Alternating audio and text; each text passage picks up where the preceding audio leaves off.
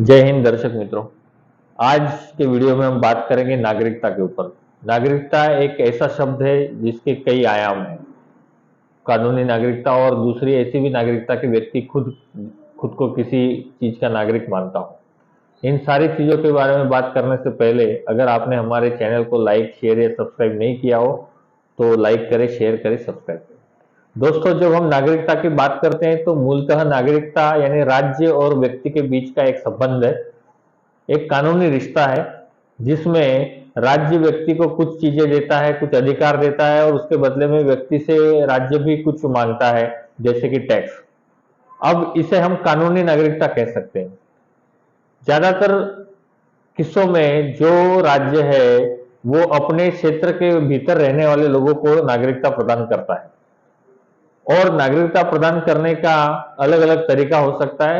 मूलतः जन्म के आधार पर नागरिकता मिलती है। कभी कभी हम जिस देश में जन्मे नहीं है वहां पर भी कुछ उस देश के कानूनों का पालन कर कर और उन नियमों का पालन करके वहां की नागरिकता भी हासिल कर सकते हैं। अब ये जो नागरिकता शब्द है ये कानूनी नागरिकता तक सीमित है, लेकिन जैसे कि भारत देश की हम अगर बात करें तो भारत देश में ये शब्द बड़ा ही बहुआयामी बन जाता है। क्योंकि अगर हम अंग्रेज के जमाने की बात करें या उससे भी पुरानी बात करें तो कभी भी भारत एक देश के रूप में अस्तित्व में नहीं रहा। अलग अलग राजाओं के राज्य रहे, अलग अलग छोटे राज्य रहे, बड़े राज्य रहे, फिर अंग्रेज आए, अलग अलग तरीके के राजाओं ने राज किया। तो हर समय वो व्यक्ति उस राज्य का नागरिक हुआ करता था। राजा बदलता, राज्य बदलता, सीमाएं बदलती, उसकी नागरिकता बदलती रहती थी। लेकिन भारत के लोगों ने कभी भी अपने आप को उन राज्यों के नागरिकता तक सीमित नहीं रखा और एक भारत में एक दूसरी नागरिकता थी, वो थी सांस्कृतिक नागरिकता। यानी भारत के लोग खुद को एक विशाल भारत देश का नागरिक समझते थे, जो हकीकत में कानूनी तौर पर कभी अस्तित्व में रहा ही नहीं। अलग अलग राज्य थे। जैसे कि अंग्रेजों के जमाने की बात करें तो कुछ प्रदेश अंग्रेजों के कब्जे में था, यानी वो ब्रिटिश के नागरिक थे। कुछ देसी राज्य थे तो वो उस राज्य के नागरिक थे।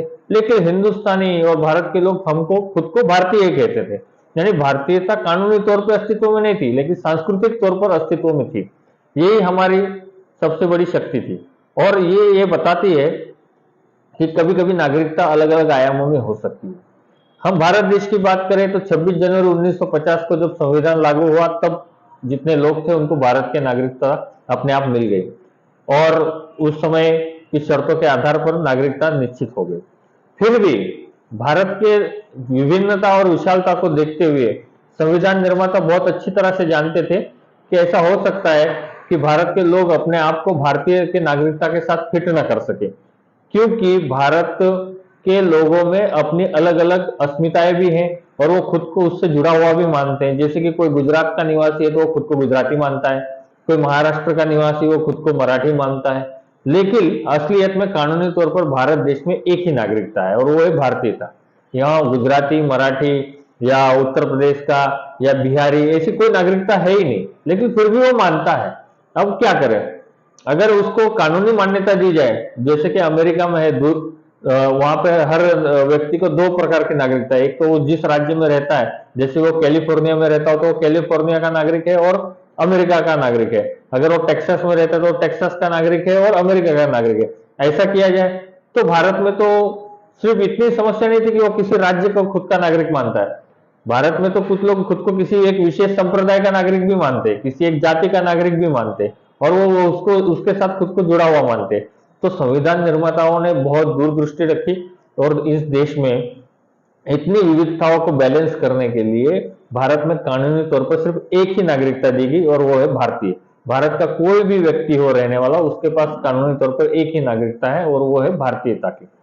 हाँ, जम्मू कश्मीर जैसे कुछ किस्से थे जहां पे दो तरह की नागरिकता थी, जिसे भी अब खत्म कर दिया गया। लेकिन अगर सिर्फ एक नागरिकता के ऊपर देश चलाया जाए तो भी समस्या निर्माण हो सकती थी, असंतोष निर्माण हो सकता था और कई जगह हुआ भी थोड़े बहुत प्रमाण में। यानी कुछ लोग खुद को किसी एक राज्य या किसी एक प्रदेश से जुड़ा हुआ मानते थे और उसके लिए भी कुछ उनको विशेष सुविधाएं चाहिए थी। इसलिए बीच का रास्ता निकाला गया कि भले हमारे देश में दूसरी दो तरह की नागरिकता नहीं है, लेकिन फिर भी कुछ स्थानीय लोगों को कुछ प्रावधान है या तो कुछ विशेष सुविधाएं दी जाती है जो दूसरे स्थान के निवासी को नहीं मिल सकती। जैसे कि अगर मैं महाराष्ट्र का हूं और गुजरात में रहता हूं तो मैं हूं भारतीय, मेरे महाराष्ट्र या गुजराती होने जैसी कोई कानूनी चीजें नहीं है, लेकिन अगर गुजरात में मुझे कोई ऐसी विशेष सुविधाएं चाहिए तो डोमिसाइल जैसे कानूनों का मुझे पालन करना पड़ेगा, या तो उसके क्राइटेरिया में मुझे फिट बैठना पड़ेगा। यानी वो गुजरात के रहने वाले लोगों के लिए एक प्रावधान है कि उनकी हकों की सुरक्षा की जाए, यानी एक बीच का रास्ता निकाला गया। यानी कानूनी तौर पर तो एक ही नागरिक है, गुजरात के लोग भी भारतीय हैं और महाराष्ट्र के लोग भी भारतीय हैं। तो इस तरह से नागरिकता एक बहुआयामी शब्द है।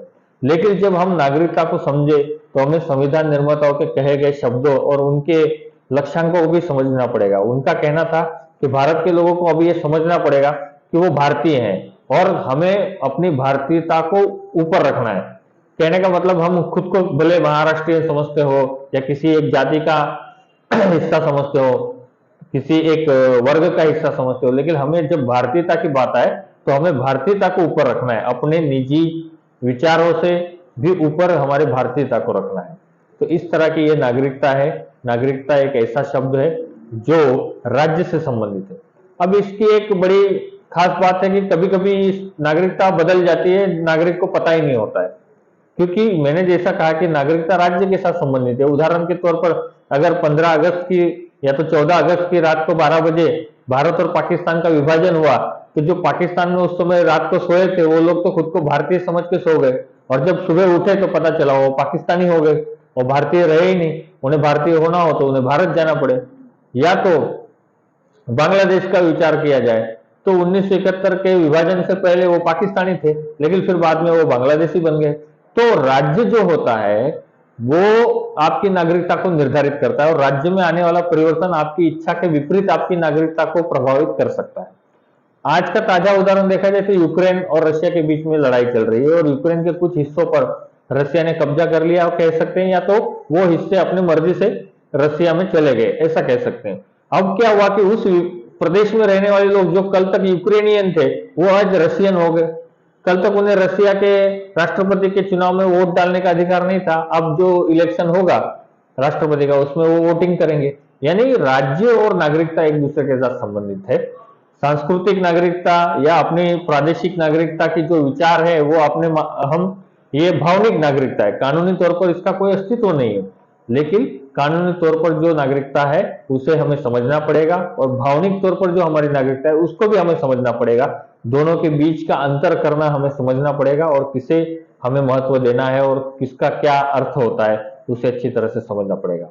मुझे विश्वास है कि आप नागरिकता को अच्छी तरह से समझोगे। ऐसे वीडियो देखने के लिए हमारे चैनल को लाइक, शेयर और सब्सक्राइब करते रहिए। जय हिंद।